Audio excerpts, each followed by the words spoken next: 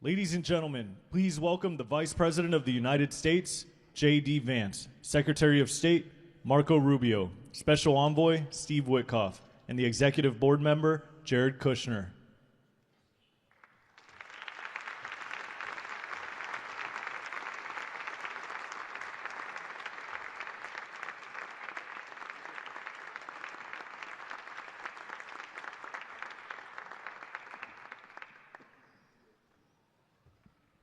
Ladies and gentlemen, please welcome the President of the United States, Donald J. Trump.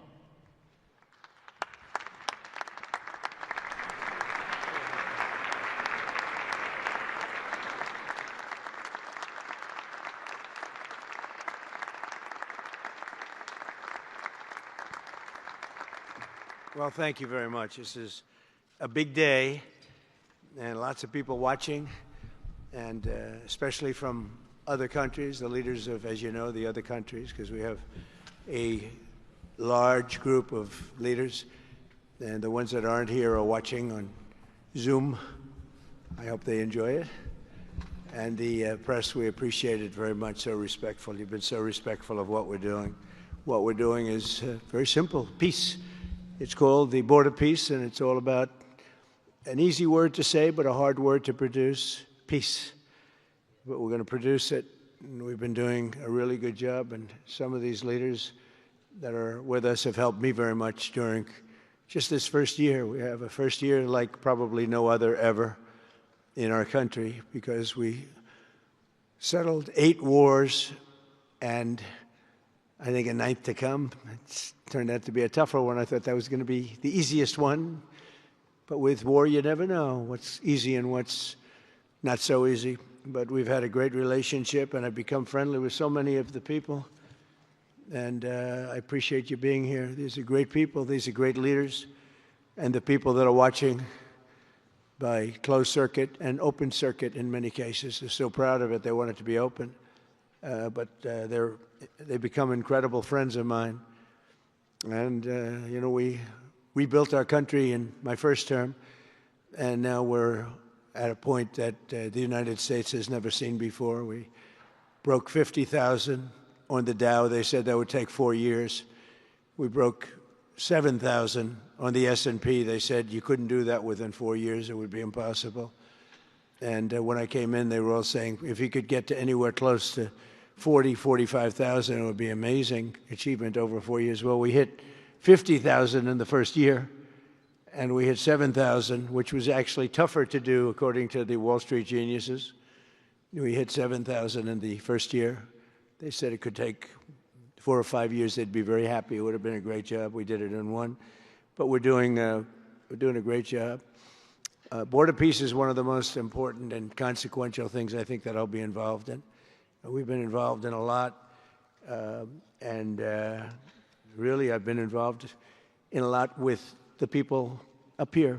We work together on ending wars with their country.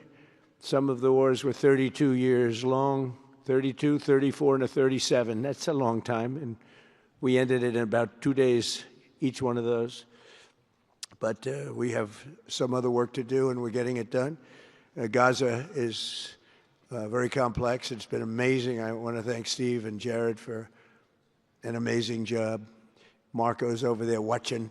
Everybody's fantastic. And J.D., what a job. They're all doing this. A team. I think it's the best team ever assembled. And you see that by the results. So today is a tremendous honor to welcome you all to the United States Institute of Peace for the inaugural meeting of the Board of Peace. Very important. I believe it's the most consequential board, certainly in terms of power. And in terms of prestige, there's never been anything close, because these are the greatest world leaders. Almost everybody's accepted, and the ones that haven't will be. You know, some are playing a little cute. It doesn't work. You can't play cute with me. But they're playing a little bit. But they're all joining. Everybody. Most of them very immediately. A few that we really don't want because they're trouble. Take care of them. But this is the most prestigious board ever put together. You know, I've seen some great corporate boards. I've seen some great boards, period. It's peanuts compared to this sport, because we have virtually everyone is the head of a country other than Johnny, but he's the head of soccer, so that's not so bad, right, Johnny? I like your job the best, I think. And by the way, your World Cup has set every single ticket record in the history of soccer. In the history, nobody's ever seen anything like it. The sales are virtually complete. Nobody's ever seen anything, so congratulations. You made a good decision. We did it together. Thank you, Johnny. Great guy. So I want to thank the many leaders and dignitaries who have traveled great distances and lengths for the important gathering that we're at right now. This building was built for peace, and nobody knew what to name it. And then Marco named it after me. I had nothing to do with it. I swear I didn't. I swear. I had no idea.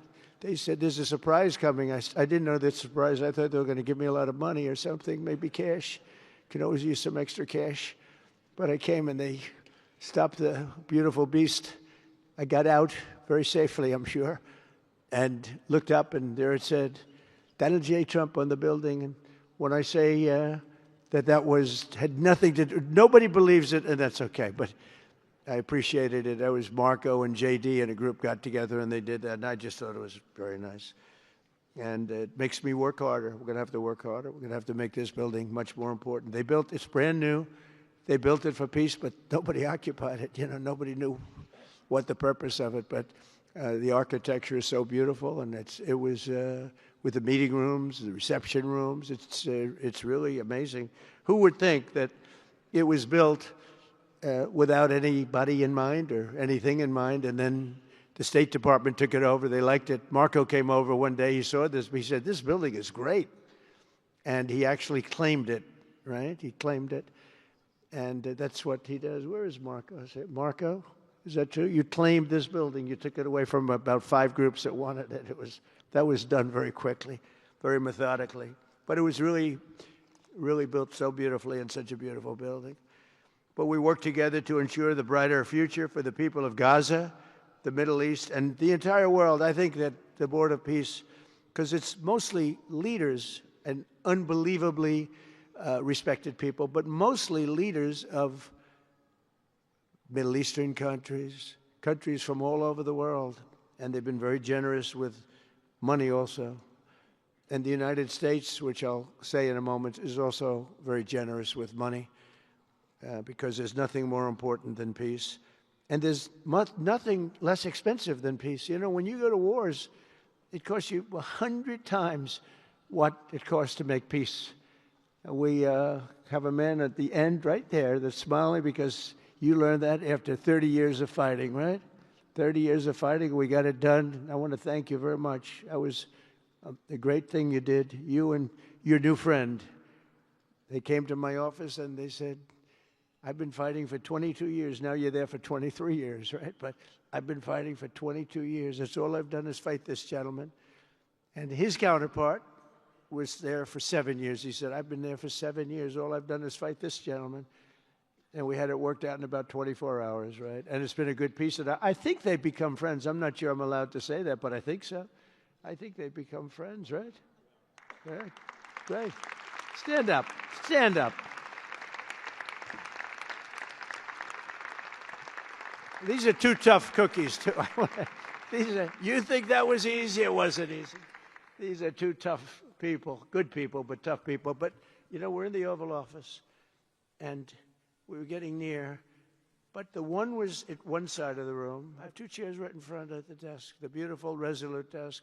One's over here. One's on the other side of the room.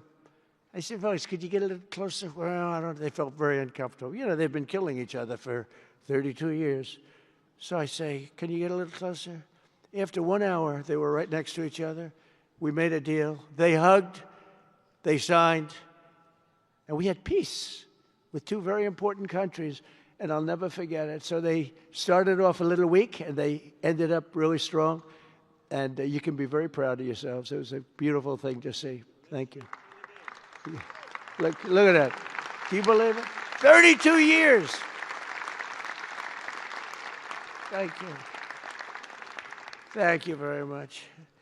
But we're honored to be joined today by Prime Minister Rama of Albania, where is President Milei? You're another one, I'll tell you. Where is President Milei? I endorsed him. I'm not supposed to be endorsing people, but when I like people, you know, I've had a very good record of endorsing candidates within the United States. But now I endorse foreign leaders, including Viktor Orban, who's here, and others. And I endorsed this gentleman, Milei. He was a little behind in the polls. He ended up winning in a landslide. I just endorsed the Prime Minister of Japan. She was in a tight race, but was probably going to win. And she won in the largest number in the history of Japan. So she likes me a lot. But it was an honor, and you're doing great. Oh, look, they're sitting right next to Victor. But ultimately, I think I'm going to end up endorsing. Hey, look, as long as it works, it's okay with me. But the endorsement seems to be working in foreign countries, too, so that's good. But nice to have you both. Victor, nice to have you both. Very proud of you. The Prime Minister of another, really just a great guy, Pashinyan of Armenia. President Aliyev of Azerbaijan. I love saying that name now, you know. At the beginning, it was giving me a hard time. Now I love saying it. It's a beautiful name. I love it. His Majesty King Hamad bin Isa Al Khalifa of Bahrain. Bahrain. Thank you. Thank you. Where are you? Where are you? He's so rich, he can sit there. He can sit wherever the hell he wants. You know, he could sit up in the corner. He could sit up top. He might take a piece of this building, Marco. He'll take 25% of the building for about $6 billion. Thank you. And you've been very generous also. We appreciate it. Prime Minister Hun Manet of Cambodia. Raise your hand wherever you may be. Because, yeah, hi, how are you? Congratulations. That was another one, right? We did a good job with that one. Prime Minister Madbouli of Egypt. Thank you very much, and say hello to the General/President. Okay? Prime Minister Orban of Hungary, who has my complete and total endorsement for election. Not everybody in Europe loves that endorsement, but that's okay. He does an unbelievable job. He's done an incredible job on immigration, unlike some countries that have hurt themselves, but they're working on it. But I just want to let you know, you have my total and complete endorsement, and I'm putting it out. I already did, but I'm putting it out again. And you're coming up with an election, and I think you should be good. I'll tell you, Milei did pretty well. He was a little down, right? And then he ended up winning in a landslide, so that's pretty good. You're going to do great, Victor. Thank you very much for being here. Appreciate it. You run a great country. A man that I really like a lot he's definitely tough. I don't want to fight him. President Prabowo of Indonesia. Thank you very much. Please, this is a big guy. I tell you, I said, how many people in Indonesia? He said, like 240 million. I said, no, say it again. How many? It's a big country you have.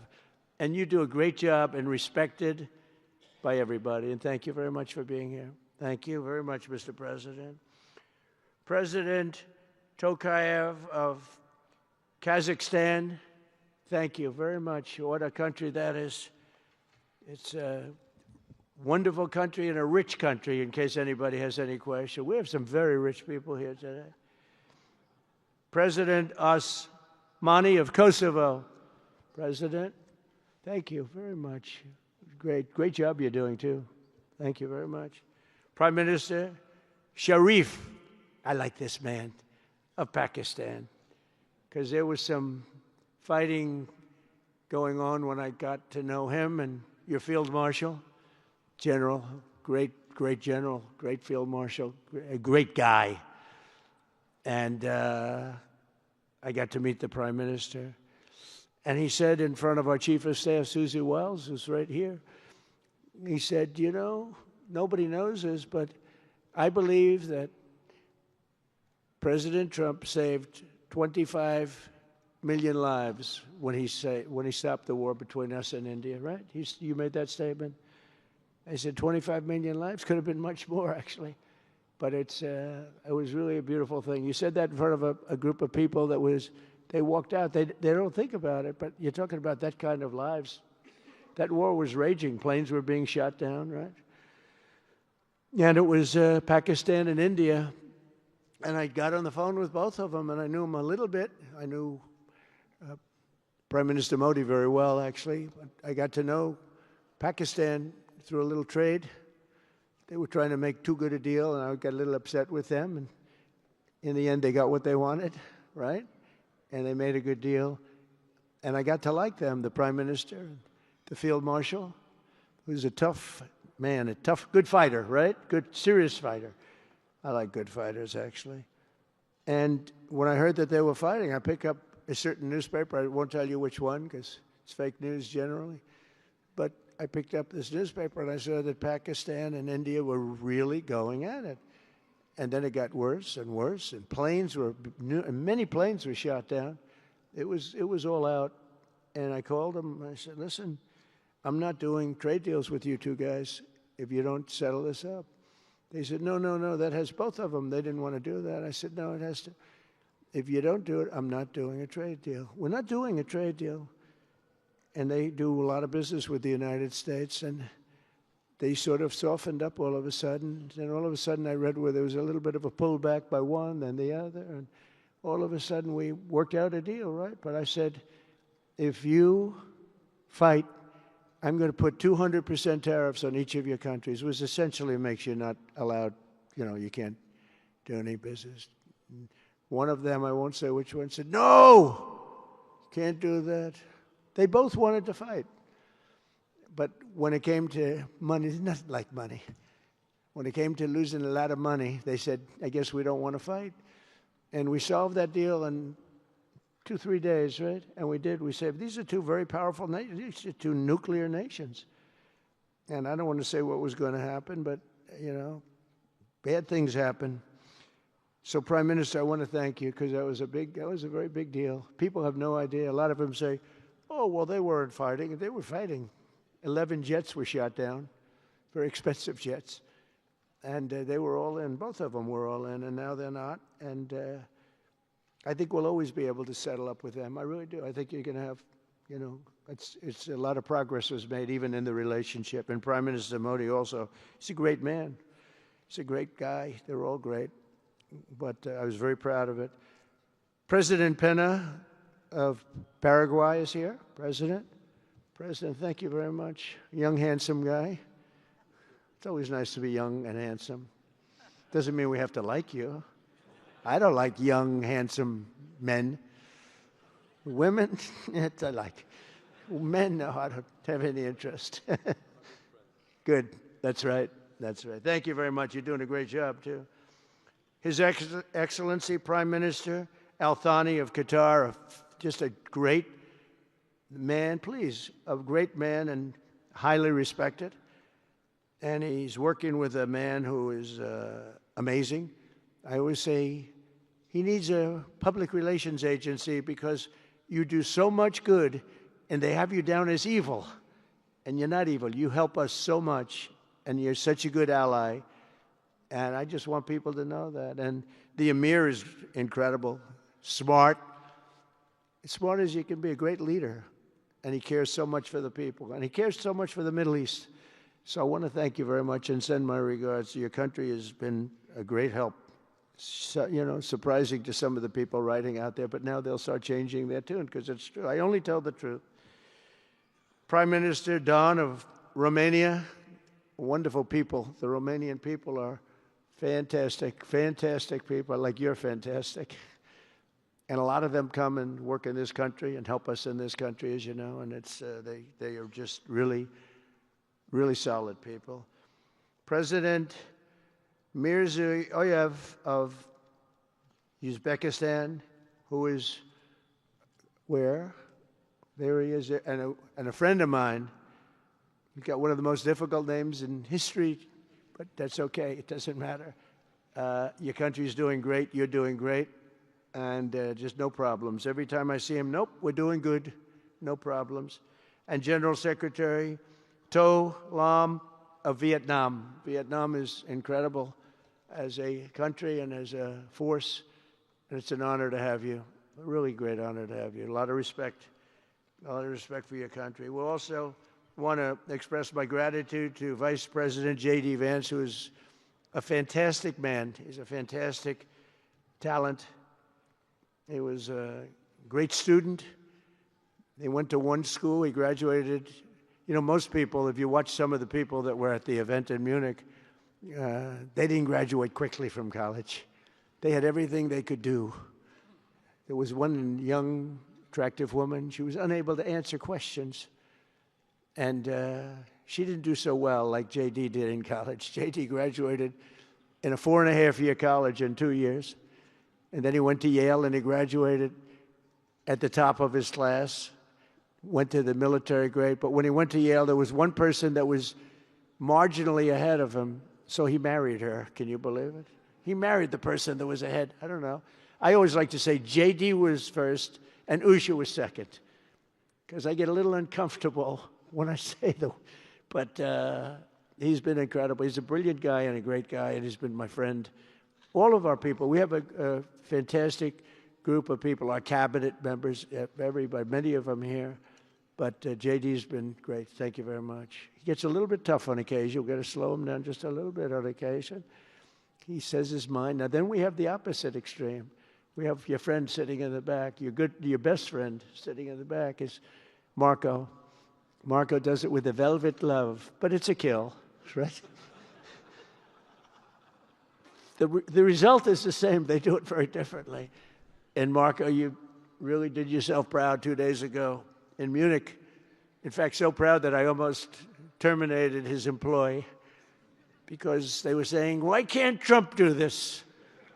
I do, but I say it differently. But Marco, don't do any better than you did, please. Because if you do, you're out of here.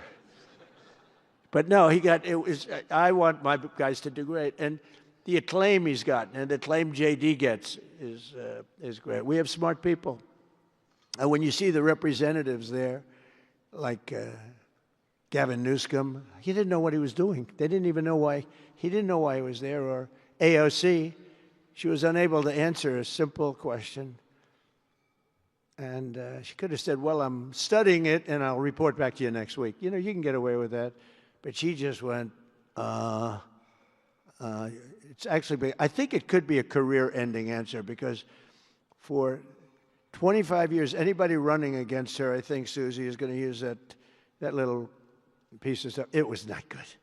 It was not good. That was not a natural. So I want to thank J.D. I want to thank Secretary of State Marco Rubio. They're extraordinary. I want to thank Special Envoy for Peace, Steve Witkoff, who has been unbelievable. You know, I took Steve because I was a developer in New York, really successful, actually much more successful than Steve, but I don't want to say that. I'm not going to say that, Johnny. I refuse to say it. But I saw something in Steve. Steve's a great negotiator. Everybody loved him. All these developers, and they're tough. You know, New York developers tend to be on the tough side. And, you know, most of them hate each other. Like a lot of the people in this room hate each other. You know, it's sort of natural, I guess. But we're bringing love back into the room like the old days. But everybody loves Steve. Every developer, the worst, most evil people, horrible human beings, actually. And they love Steve. So I remember this, and we had some conflicts, to put it mildly, in the world. And I said, Steve, how would you like to be Henry Kissinger Jr. that doesn't leak? And he said, are you a leaker, Steve? No. He didn't even know what the word meant, and it's true. I always say Henry Kissinger, who was one of the great leakers of all time, by the way. Richard Nixon said to him, Henry, who's leaking all this stuff? I don't know, Mr. President. It was Henry. It was like, these are little stories I like telling you. But Steve has been unbelievable. Everybody likes him. Ukraine loves him. Europe loves him. Russia loves him. I mean, there's nothing wrong with this. He goes to see President Putin. Didn't know Putin. I set him up a meeting to see. I said, how's Steve doing? Sir, he's still inside. Oh, that was an hour. I called back. Tell Steve to call me when he's finished. I want to find out what the hell is going on. We want to end that war. Sir, he's still inside. 3 hours, 4 hours. They were together for 4 hours, the first meeting. That's talent. And they get along. I mean, people like or don't like Putin or Zelensky. They get along. Same thing with Zelensky. I mean, they all love Steve, and Steve's doing a great job. That's a tough one. That's a much tougher one. I would have thought that some of the ones that we settled that are up here would have been, I thought this would be easy because I have a very good relationship with President Putin. I have a very good relationship with President Xi. I'm going to be going to China in April. That's going to be a wild one. I said, but we have to put on the biggest display you've ever had in the history of China. You know, last time I went to China, President Xi, he treated me so well. He gave me a display. I never saw so many soldiers all the same height, exactly the same height within a quarter of an inch. You can do that when you have 1.4 billion people. You know, lots of shoulders. Everybody was within about 1/8 of an inch the same height. I said, if they put their helmets down, you could have played pool on the top of their heads. And it was pretty amazing. But I said, you got to top it. He said, I'll top it. We're going to top it. We're going to have a lot of the people, most of the fake news back there is going to be going. So we have, Steve has done a great job. And then a little bit later on, we brought Jared in. Jared was responsible for the Abraham Accords, which is incredible. Nobody else could have done that. A very smart guy. And we're making Jared an envoy also, envoy of peace. They're both envoys of peace. And you couldn't get two. I tell you what, I watch these two guys. I say, at least we're covered from an IQ standpoint. These two guys walk into a room. And but people like them both, you know. They're good people. And they like them both. And they've had some very good meetings. They've had some very interesting meetings having to do with, as you know, Iran is a hot spot right now. And they're meeting, and they have a good relationship with the representatives of Iran. And, you know, good talks are being had. It's proven to be, over the years, not easy to make a meaningful deal with Iran. We have to make a meaningful deal. Otherwise, bad things happen. But we have to make a meaningful deal. But they have a great relationship with the representatives of Iran. They have a great relationship with the other one that they're really working on now. Because so many of these, I mean, as an example, Kosovo, Serbia. I did that one. Could you stand up, if any of you guys are, when you're here, just stand up for a second. Kosovo, Serbia. Stand up. What a job. Thank you very much. We appreciate it. So good. And you're getting along. And when you don't get along, you'll call me, and we'll get it solved, right? We'll get it solved. Thank you very much. Really good. And then again, Pakistan and India. That was a big one. And just, I think you should actually stand. Come, please. Stand just for a second. Pakistan and India, thank you very much. And I spoke to Prime Minister Modi. He's excited. He's watching us right now. Egypt and Ethiopia. We're going to get that. You know, there's a little dam that got built. Little dam, like maybe the largest dam in the world. Built and financed, of course, by the United States brilliantly. And having a little trouble getting water to the Nile. That's a tough situation, but we're going to get that solved. Armenia and Azerbaijan, we talked about, and again, thank you, fellas, very much. Great job. Great job. Thank you. Cambodia and Thailand. So incredible what you did, that you got together and it all worked out. They're watching right now on closed circuit. Thank you very much, and thank you. That was a big one, Cambodia and Thailand. These are nasty fighters, I have to tell you. These fighters are nasty. Now we talk about, you talk nasty fighter, you're nice guys compared to this. Congo and Rwanda. That was, and we've got them pretty peaceful. There's little flare-ups every once in a while. I'll get a call once a week. Sir, there's a flare-up in the Congo again. We'll get it straightened out, right, Susie? We'll get it straightened out. And Israel, as you know, with, you could say Israel in numerous countries if you want to really know the truth, but Israel and Iran, and we'll see where that goes. But when you think of Israel, we've done the biggest thing of all. We have peace in the Middle East right now. That's bigger than people said it couldn't be done. For 3,000 years, they've been talking about Middle East. They said it couldn't be done. And you look at what's happened in Gaza. And one of the keys to it was when we took those beautiful magnificent. We just ordered 22 more of them, updated model. The B-2 bombers are incredible. I never understood the B-2 bomber. I'd watch, it's a wing. And I've never quite understood that, Johnny. I'd look at it, I'd say it was beautiful, but what does it do? It carries very big bombs. And it went into Iran, and it totally decimated the nuclear potential. And when it did, when it decimated that, all of a sudden we had peace in the Middle East, because there was a black cloud hanging over the Middle East, and if that wasn't done, that cloud would have been there. And countries like Saudi Arabia, countries like Qatar, countries like, nobody could have signed. You would have had that threat. Nobody could have had, you couldn't have had peace in the Middle East. So now we may have to take it a step further, or we may not. Maybe we're going to make a deal. You're going to be finding out over the next probably 10 days. But this meeting today is proof with determined leadership, nothing is impossible. When I took office, the war in Gaza was raging with thousands of people being killed and no end in sight. Today, thanks to unrelenting diplomacy and the commitment of many of the great people in this room, we have 59 countries signed up on Gaza. Think of that. We have, it's amazing. But all the people, many, really so many in this room, the war in Gaza is over. It's over. There are little flames, little flames. Hamas has been, I think they're going to give up their weapons, which is what they promised. If they don't, it'll be, they'll be harshly met, very harshly met. They don't want that. All the stuff like they don't mind dying. They told me that's not true. Everyone said, oh, they don't mind dying. No, they don't want to die. They said, we don't want to die. People don't want to die. The ceasefire was held, and every last remaining hostage, both living and dead, has been returned back home. Think of that. That was an impossibility. And we did hundreds of hostages, but the last 20, and I always said to Steve and Jared, I said, the last 20 are going to be very tough, very, very tough. And we got them back. We got the living back, and then we only got about 16 of the dead, and we said, well, you got to get them all. You promised them all. And they dug and dug and dug. You can imagine it's a job that's brutal. And Hamas really did a lot of that work. And you got to give them credit for that. They brought the last one home a week ago, and we got all 28 of them, living and dead. The amazing thing, because I've never seen anything quite like it, the parents of the dead, they knew their boy was dead.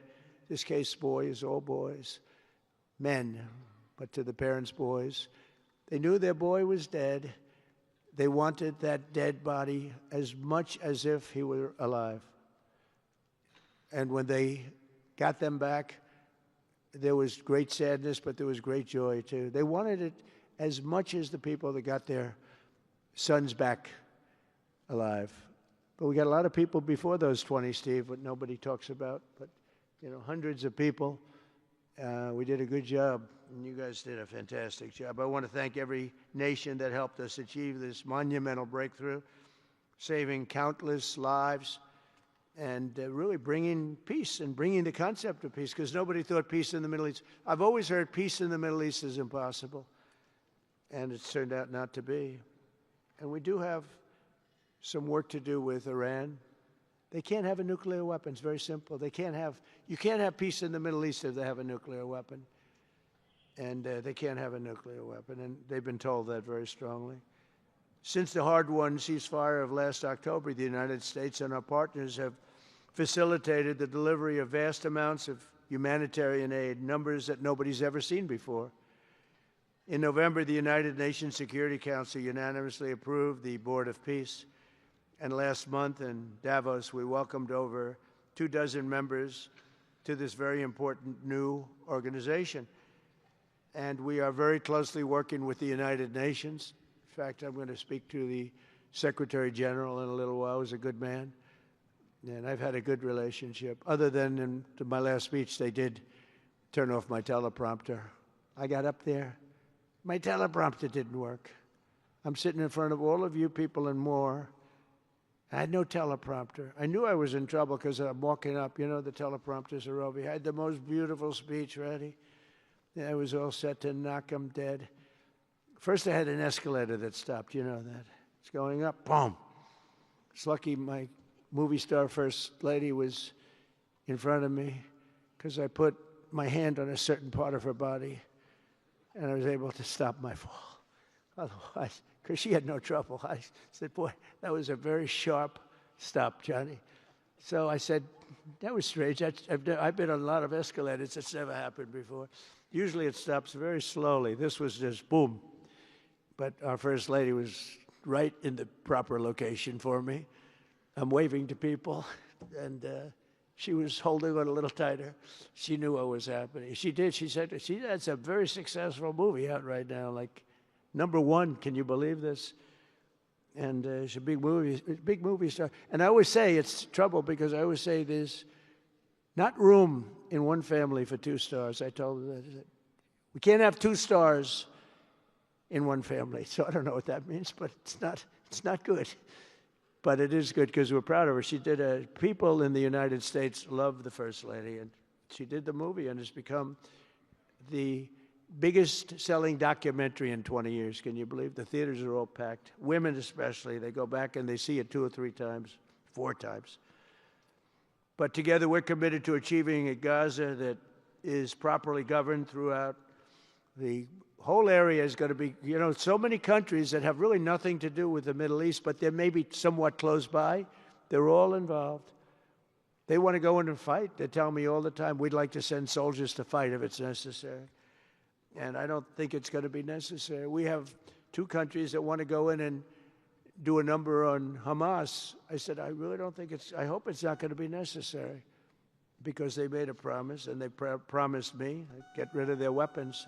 Looks like they're going to be doing that, but we'll have to find out.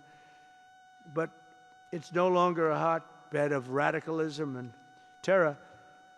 And to end that, we have today, and I'm pleased to announce that Kazakhstan, Azerbaijan, UAE, Morocco, Bahrain, Qatar, Saudi Arabia, Uzbekistan, and Kuwait have all contributed more than $7 billion toward the relief package. That's great. Thank you, fellas. Thank you.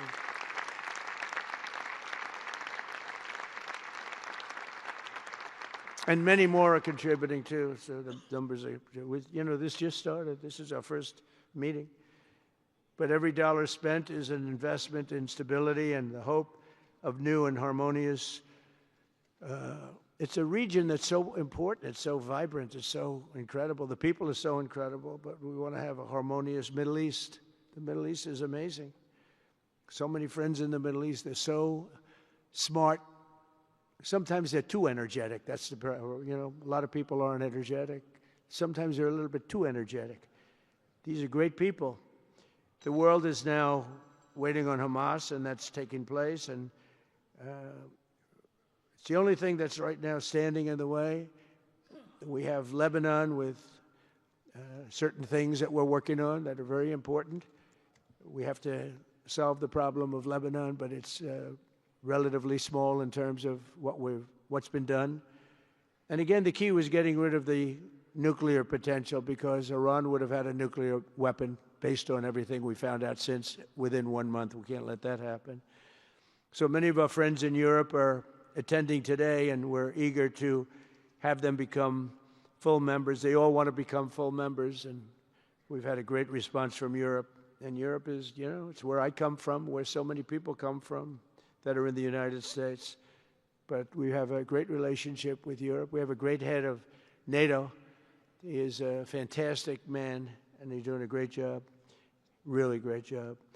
I'm excited to announce that Norway has agreed to host an event bringing together the Board of Peace. Oh, I thought when I saw this note, I'm excited to announce that Norway, I thought they were going to say that they're giving me the Nobel Prize. Oh, this is less exciting. Oh, it says, I'm excited to announce that Norway, and I'm saying, oh, great, I'm getting the Nobel Prize, finally. Finally, they got it right. But I don't care. I don't care about Nobel Prize. I care about saving lives, just so you understand. We play and we all, do what we have to do. I only have one thing. I don't want to see people killed from parts of the world that are very far away from the United States. And if I have an ability to turn off to turn off wars, I want to use that ability because it's people, millions of people. It's like the Prime Minister said, 25 million people maybe. And that's a small number compared to what it could have been if you really think about it, right? No, I want to save lives, and I don't care about prizes. And the UN Office for Coordination of Humanitarian Assistance is raising $2 billion for the support of Gaza. Additionally, Japan has just committed to host an aid fundraiser, which will be a very big one. It's already successful. We know some of the numbers that are being talked about, which will be attended by other nations in the region, including South Korea, the Philippines, Singapore, and others. And I know that China is going to be involved, and I think Russia is going to be involved. I think they will be. I want to have everybody, get all sides, because it doesn't help when you have all sides with one ideology. You have to have everybody together for this. I'm also pleased to announce that FIFA will be helping to raise a total of $75 million for projects in Gaza. And I think they're soccer related, where you're doing fields and you're getting the greatest stars in the world to go there. People that are bigger stars than you and I, Johnny. I hate to say it. You know, I met one of your great stars who came to the White House, as you know. And my son was very excited. These are great people. These are great people. And Johnny's going to bring the stars to the area. And they're really known. People in Gaza know every one of them, right? You know? So it's really something. And we'll soon be detailing the announcement. And if I can I'll get over there with you. I want to thank Johnny and FIFA for all of the wonderful things they did and are doing. They gave me their first Peace Prize. They gave me a Peace Prize. I think they saw that I got screwed by Norway, and they said, let's give him a Peace Prize. I mean, very good. Thank you, Johnny. I appreciate it. Johnny's very smart. He's very, very smart. The nations represented here today, just in closing, are not just contributing money. Some are also pledging personnel to help preserve the ceasefire and secure a very enduring peace. We have to have enduring peace. Having peace, knowing it's going to blow up in 2 weeks doesn't mean anything. In particular, Indonesia, thank you very much. Indonesia. It's a great country. Thank you very much. Look at that man. Look how tough he is. You think it's easy dealing with him? Look at that face. You are a tough cookie. And we say it lovingly, too. We need strength. You say, see, he doesn't mind. He's tough and he's smart. And smart is more important. Morocco, thank you very much. Great. What you're doing is great.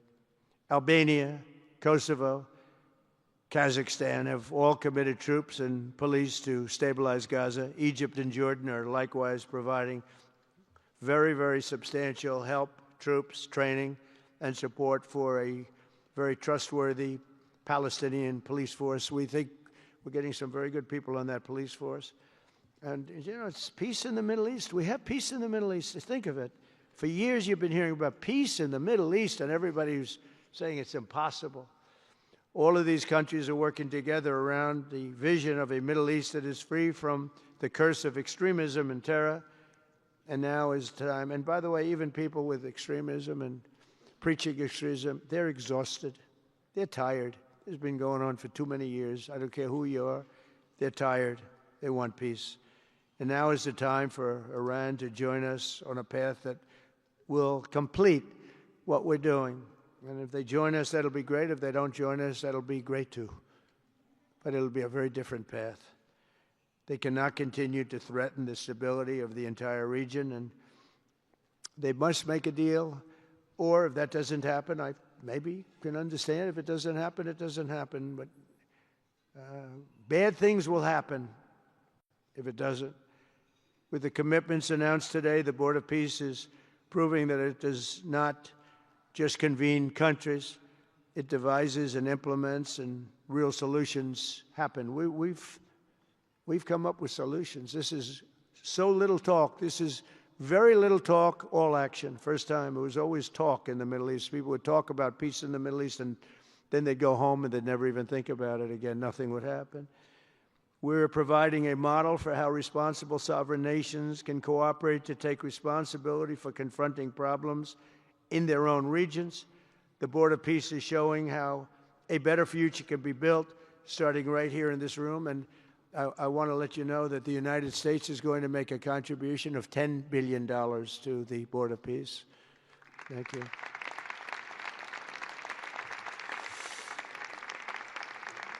And we've had great support for that number. And that number is a very small number when you look at that compared to the cost of war. That's 2 weeks of fighting. It's a very small number. It sounds like a lot, but it's a very small number. So we're committed to $10 billion. Together we can achieve the dream of bringing lasting harmony to a region tortured by centuries of war, suffering, and carnage. They say 3,000 years. And hopefully we can lift up the eyes of the world to envision how other intractable conflicts can be settled. So many conflicts, they say, are impossible to settle, and we get them settled. We got, of those 8 that we settled, most of them were said to be not settleable. And they not only got settled, they got settled within days. More impossible problems can be solved as we go along this very beautiful path. I think it's a beautiful path. I think it's such an important day. Even the weather's beautiful. We walk in, it's beautiful. Everything's beautiful. But the ancient wounds can be healed, and they are indeed ancient. This has been going on for so many centuries that our entire planet will be a better, safer, more beautiful, and more peaceful place for us all. We're going to be working with the United Nations very closely. We're going to bring them back. I think the United Nations has great potential, really great potential. It has not lived up to potential. The 8 wars, I never even spoke to them about one of them, and I should be speaking to them about all of them. Someday I won't be here. The United Nations will be, I think, is going to be much stronger. The Board of Peace is going to almost be looking over the United Nations and making sure it runs properly. But we're going to strengthen up the United Nations. We're going to make sure its facilities are good. They need help, and they need help money-wise. We're going to help them money-wise. And we're going to make sure the United Nations is viable. And you have some very good people at the United Nations, can do a good job. But as I said, I've said it for years, the United Nations has tremendous potential. A lot of people didn't like when I said it. They said, oh, you shouldn't say that because, you know, we don't care about the United Nations. No, it's really very important, and I think it's going to eventually live up to potential. That'll be a big day. So I want to thank everybody for being here. You're my friends. You're great leaders. You're great people. And I can honestly say, you know, you're strong leaders, you're tough leaders in many cases, and every single one that I'm looking at that's right here, I've gotten to know and I've gotten to respect. And really, you're friends of mine. And if I can help you at all, you let me know. But this is going to be something, the Board of Peace will be something that, the likes of which I don't think anybody's seen before. And thank you all very much. It's a great honor. I'm going to ask J.D. Vance to come up and say a few words. Thank you very much.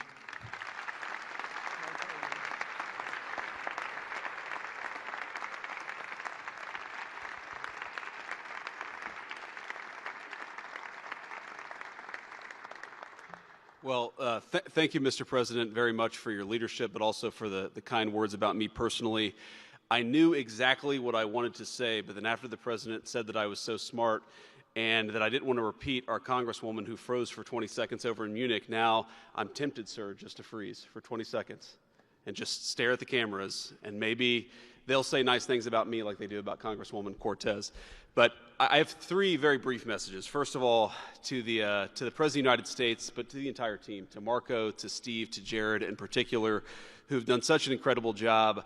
I think what this Board of Peace represents is a recognition that if you actually have a President of the United States and a team that's committed to diplomacy, it can actually work. When I look at what happened to Israel on October the 7th, all those innocent people who were murdered, the fact that you had all of these hostages, and of course, a terrible war that came from it, I remember thinking to myself, how is it ever going to be possible to get